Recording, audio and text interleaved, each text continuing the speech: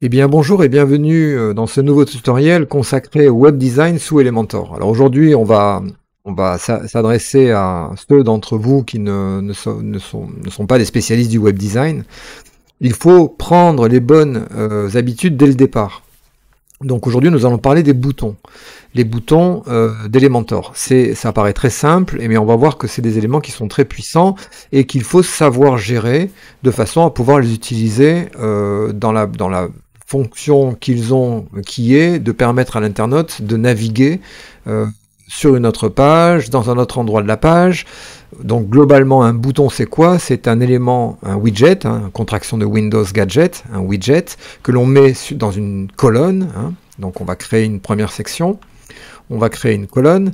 Dans cette colonne-là, on prend un widget qui s'appelle bouton. Donc là, on peut rechercher un bouton. On trouve le bouton, qui est un élément essentiel hein, en web design. Voilà. Et donc le bouton arrive avec des paramètres par défaut. Alors ces paramètres-là proviennent en fait des réglages du site. Hein. Donc les réglages du site, c'est l'endroit où je peux paramétrer par défaut l'apparence de mes boutons, de mes couleurs globales, de beaucoup de choses qui vont faire que les boutons auront une apparence par défaut, et ce qui me permet de créer un type de bouton par défaut et ensuite de l'appliquer partout. Alors globalement, ce qu'on va faire, c'est que si on veut par contre personnaliser le bouton directement, eh bien nous allons aller cliquer sur le bouton et ensuite dans le style, dans le deuxième donc, panneau style, nous avons les styles normal du bouton, la couleur du texte, on va faire par exemple blanc. Le type d'arrière-plan, est-ce que c'est un bouton avec une couleur unie ou une couleur dégradée, hein, on peut choisir les deux cas, et ensuite on a, très important, le type de bordure du bouton, puisqu'on peut mettre une bordure, hein, avec une couleur de bordure aussi, voilà, et un rayon de bordure. Alors un rayon en pixels, par exemple 16 pixels, ça va me donner un bouton assez arrondi, 32 pixels, ça va me donner un bouton beaucoup plus arrondi. Cette valeur, on peut la mettre en pixels, en pourcentage. Alors en pourcentage de quoi? En pourcentage de la largeur de l'élément. Donc si je mets en pourcentage, si je fais 10% par exemple, ça va me donner ça.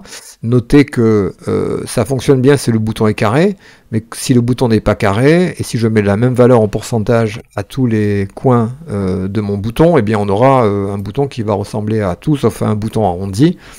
Donc il est important, sauf si le bouton a une taille carrée, hein, c'est-à-dire que si je prends mon bouton et je vais dans avancer lui mettre enfin je vais modifier sa largeur pour en faire un bouton carré, là ça marchera très bien, mais généralement les boutons sont plutôt rectangulaires, donc ne sont pas carrés, donc du coup quand on a un bouton rectangulaire, eh bien on va plutôt mettre des informations dans le style du bouton concernant le rayon en pixels, comme ça on est certain de pouvoir faire ce qu'on veut, hein. Donc je reviens avec les 32 pixels, rien ne vous empêche d'ailleurs de désactiver les liens et de mettre 32 arrondi 32 en haut, 0 à droite, et là vous avez un très joli bouton, et à gauche vous mettez 0, et voilà, on vient de designer un bouton très spécifique. Alors on se rend compte que on n'a pas d'effet au survol.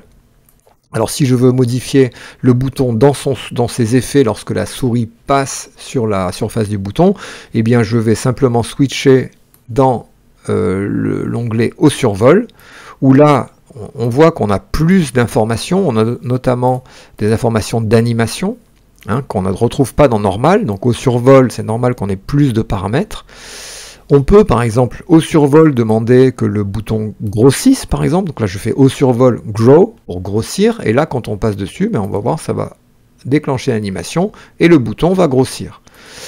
Évidemment, on peut choisir plusieurs types d'animation. Alors ça peut pulser suivant les cas, enfin on a pas mal de choses différentes.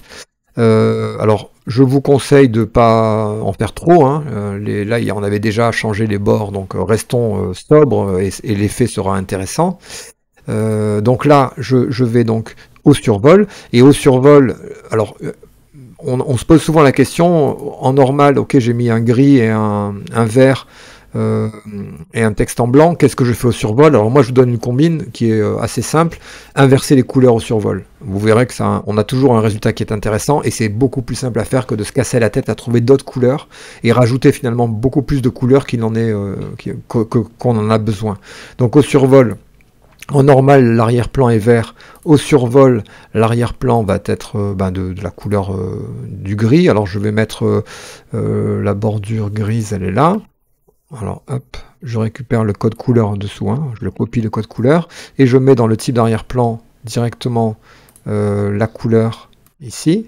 Couleur, je colle la valeur, voilà, donc là ça donne ça.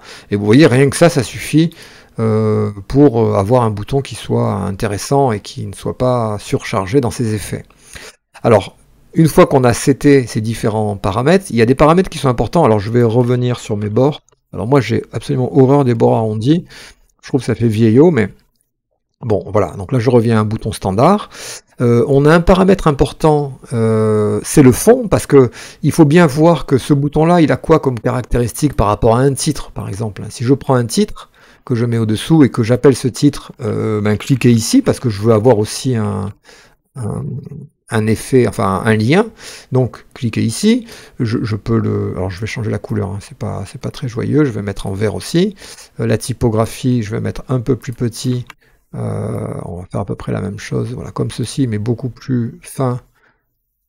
Voilà, 400, par exemple, comme ceci. La transformation, donc capitalisée, c'est-à-dire première lettre des mots en majuscule. Voilà, cliquez ici. Et là encore, c'est pas terrible parce qu'il me met aussi en majuscule ici. Donc je ferai plutôt par défaut, et j'irai dans ce cas précis mettre moi-même la majuscule. Mais sinon, je passe généralement par le style typographie pour les mises en majuscule, hein, c'est beaucoup plus facile. Cliquez ici. Voilà.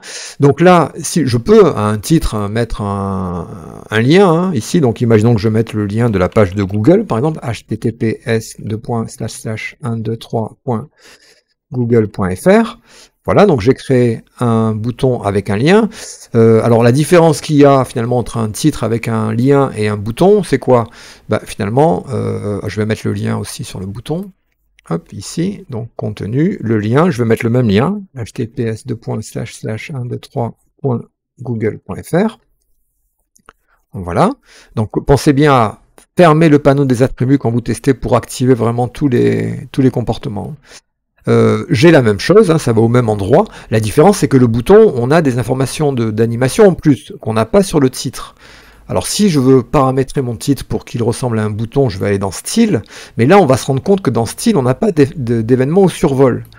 Donc c'est un peu embêtant, et c'est pour ça que si je suis décidé à utiliser un titre plutôt qu'un bouton pour le rendre plus intéressant, ce que je peux faire, et ça c'est un détournement du bouton, c'est récupérer les paramètres du bouton dans le style du bouton, et de venir dans l'arrière-plan, là où on a mis la couleur en mode normal, c'est venir cliquer sur la couleur et sur le slider de transparence qui est horizontal en bas, venir enlever la couleur. Et là, on va se rendre compte qu'on va se retrouver avec un texte en blanc. Alors évidemment, je vais changer la couleur du texte maintenant. Je vais la passer en vert comme celui d'en bas.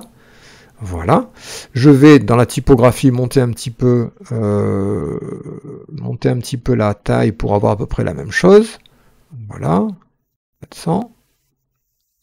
Voilà, donc là, on se rend compte qu'on a à peu près la même chose hein, que le texte avec le lien en bas, sauf qu'on a plus d'éléments, et ça permet d'avoir beaucoup plus de possibilités. Si je veux aussi enlever au survol le fond, je peux aussi enlever comme ceci. Et là, j'ai deux choses différentes. La seule différence, c'est que comme c'est un bouton, j'ai des paramètres qui sont supplémentaires, notamment j'ai les animations qui sont supplémentaires par rapport à un bouton. Donc on voit qu'on peut facilement faker, c'est-à-dire faire un faux titre avec un bouton, à partir du moment où on veut mettre évidemment un lien sur le titre. Hein. Et on aura beaucoup plus de paramètres d'animation qu'avec un titre normal. Donc je vous conseille, dans ces cas précis, d'utiliser un bouton et de jouer avec la transparence, enlever avec la transparence les fonds de votre bouton pour avoir une sorte de titre amélioré, un titre 2.0, que vous pourrez animer beaucoup plus facilement que votre titre, parce que ce ne sera pas possible à faire sur votre titre. Donc ça, c'est intéressant de faire ça quand on a un bouton. Le deuxième paramètre qu'il faut que vous connaissiez aussi, c'est un paramètre qui est très important. Alors imaginons que dans cette... alors je vais enlever juste au survol l'animation, voilà, donc là je reviens avec mon bouton normal, et au survol je mets la couleur de fond à gris. Voilà. Donc imaginons que là j'ai dans cette colonne là, alors je vais un petit peu la décaler du haut, En pourcentage, je vais mettre 4%, voilà, je la décale un peu. Donc imaginons qu'on est dans cette une image par exemple. Donc je mets une image en largeur. Cette image-là, je vais récupérer une image, celle-ci par exemple. Voilà. Et que au-dessous de cette image-là, on est un bouton. Alors je vais un petit peu réduire la taille, l'affichage, la largeur de ma colonne, de ma section, pardon. Voilà, donc là j'ai une image, et moi je voudrais que le bouton aille de gauche à droite. D'accord? Donc je vais utiliser pour ceci l'alignement qui est gauche, centré ou droite.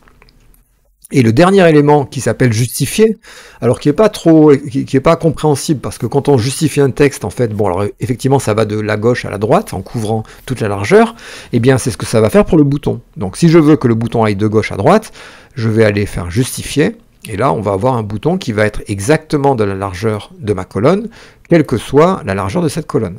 Donc ça c'est un... Alors là on est bloqué à 500, mais on peut taper dedans 300, ça fonctionne. Hein. Chaque fois que vous avez un champ où on peut, avec un slider, et si jamais le slider vous êtes coincé, sachez que vous pouvez toujours taper les valeurs directement, et voilà, vous pourrez rentrer la valeur que vous souhaitez, mais il faut la taper. 200, voilà, ça fonctionne aussi. Hein. Parce que les sliders sont clippés entre deux valeurs, une valeur maximum et une valeur minimum, et ça marche aussi dans l'autre sens. Si vous voulez des valeurs supérieures à 1600, ben vous le tapez, vous faites 2000 par exemple, et voilà, ça va agrandir. Donc le bouton, il faut vraiment l'utiliser, on peut les dupliquer. Alors quand on a plusieurs boutons, qu'on veut mettre deux boutons l'un à côté de l'autre, eh bien on passe par l'onglet avancé, positionnement, largeur par défaut qui est, on utilise toute la largeur de la colonne, on va passer en largeur personnalisée, et là on va mettre 50% par exemple. Hein. Ça va avoir donc la largeur personnalisée de 50% de la largeur de ma colonne. Hein, c'est-à-dire que quelle que soit la largeur de ma colonne, ça sera toujours 50% sur la largeur du bouton. Alors pensez bien quand vous faites ça à sélectionner la bonne unité, hein, c'est-à-dire aller dans Avancer, Positionnement, cliquez sur pourcent et rentrez votre pourcentage ici. Une fois que j'en ai fait un, je vous montre quelque chose qui est très intéressant. Donc je fais la couleur par exemple de mon bouton, hein, je fais voilà. C'est comme ceci par exemple. Je veux appliquer mes paramètres sur mon deuxième bouton. Alors il faut que ce soit des éléments de même type. Hein. Donc je copie ici avec le bouton droit, je copie mon premier bouton. Et sur le deuxième bouton, je fais coller le style. Et là, je vais récupérer donc tous les éléments, à savoir le positionnement, 50%, les couleurs, les polices de caractères. Enfin, je récupère tous les paramètres. Là, comme j'ai fait justifier, les boutons vont être collés les uns aux autres parce que j'ai fait 50%. Alors je pourrais très bien, si je voulais mettre des marges entre... j'ai plusieurs solutions, mais une des solutions qui est simple, c'est de faire 40% par exemple. Copier, coller sur le deuxième bouton, 40%. Alors là maintenant, on voit que la somme des deux boutons fait 80%, donc il me reste 20% de largeur dans ma colonne, hein, quelle que soit d'ailleurs la largeur de cette colonne-là, il me restera toujours 20%. Et c'est pour ça qu'à ce moment-là, on va penser à la colonne elle-même, en cliquant sur le bouton de la colonne, où on va avoir l'alignement horizontal et vertical, avec notamment les distributions, qui vont nous permettre de distribuer les boutons de gauche à droite, soit sans espace à l'extérieur, soit avec un demi-espace à l'extérieur et un espace plein à l'intérieur, soit avec un espace uniforme entre les deux. Donc pensez à ça. Pensez également que par défaut, les éléments ont des paddings, des marges internes, etc. Donc si vous voulez avoir une section sans aucune marge, sans aucun paramètre particulier, il faut aller modifier les paramètres de la section et de la colonne. Donc vous allez dans la section, vous faites écart des colonnes aucun. Vous allez dans la colonne, vous faites marge interne 0. Et là, vous avez donc maintenant des éléments qui sont complètement collés les uns aux autres.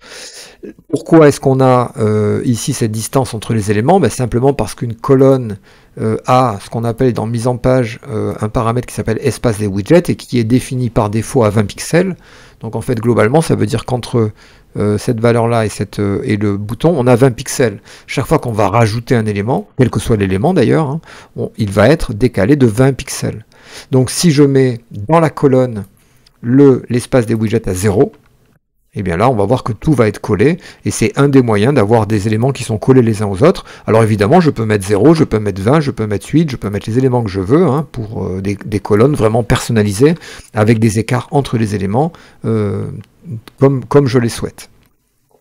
Donc, le bouton, c'est un élément qui est très simple, mais qui peut être complexifié, alors suivant votre niveau évidemment.